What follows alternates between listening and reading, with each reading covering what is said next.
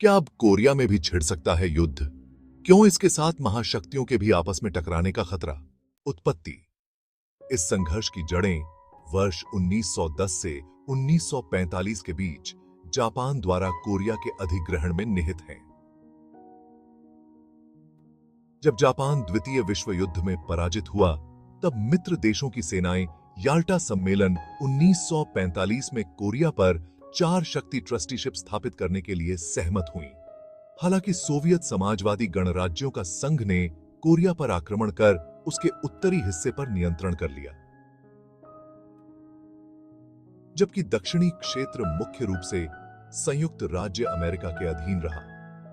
दोनों क्षेत्रों का विभाजन 38वें समानांतर के अनुरूप था, जो अभी भी 2 कोरियाई देशों को विभाजित करने वाली आधिकारिक सीमा बनी हुई है।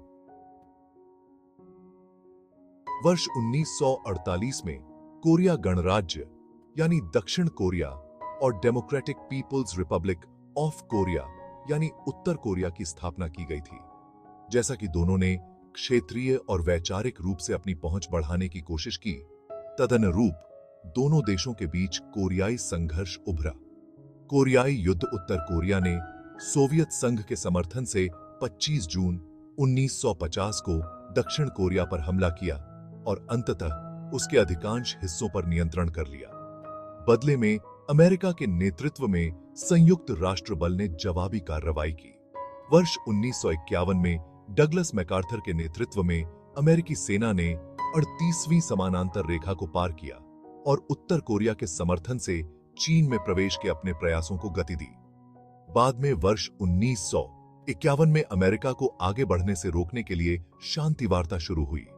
भारत सभी प्रमुख हितधारकों अमेरिका, सोवियत संघ और चीन को शामिल करके कोरियाई प्रायद्वीप में शांति वार्ता में सक्रिय रूप से शामिल रहा। वर्ष 1952 में कोरिया पर भारतीय प्रस्ताव को संयुक्त राष्ट्र में अपनाया गया था।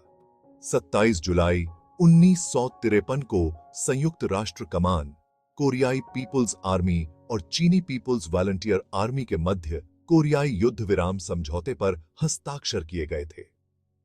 इसने शांति संधि के बिना एक आधिकारिक युद्ध विराम का नेतृत्व किया। इस प्रकार युद्ध आधिकारिक तौर पर कभी समाप्त नहीं हुआ। इसने असाई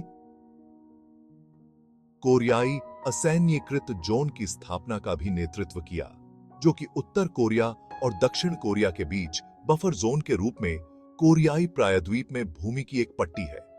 दिसंबर 1991 में उत्तर और दक्षिण कोरिया ने एक समझौते पर हस्ताक्षर किए, जिसमें आक्रामकता से बचने के लिए सहमति व्यक्त की गई थी। उत्तर कोरिया द्वारा आक्रामकता की हालिया कार्यवाही। हाल के वर्षों में उत्तर कोरिया ने परमाणु भंडार को बढ़ाकर अपने परमाणु कार्यक्रम को गति दी है और अप्रसार संधि से खुद को बाहर कर लिया है तथा कई बार परमाणु परीक्षण किया है। उत्तर कोरिया के बढ़ते मिसाइल दुस्साहस का मुकाबला करने के लिए अमेरिका ने दक्षिण कोरिया में terminal high altitude area defence तैनात किया है। उत्तर कोरिया ने हाल ही में केसोंग में अंतर कोरियाई संपर्क कार्यालय को ध्वस्त कर दिया, जिसे वर्ष 2018 में स्थापित किया गया था। औपचारिक राजनयिक संबंधों की अनुपस्थिति में इस कार्यालय ने एक वास्तविक दूतावास के रूप में कार्य किया और दोनों देशों के लिए एक सीधा संचार चैनल प्रदान किया। हाल ही में वर्ष 2022 में उत्तर कोरिया ने रिकॉर्ड संख्या में मिसाइल परीक्षण किए।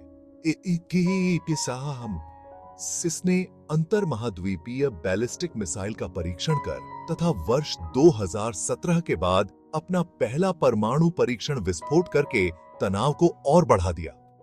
यदि वीडियो पसंद आया है तो वीडियो को लाइक करो और ऐसे ही वीडियो को देखने के लिए चैनल को सब्सक्राइब करो तथा अपने दोस्तों के साथ शेयर करो।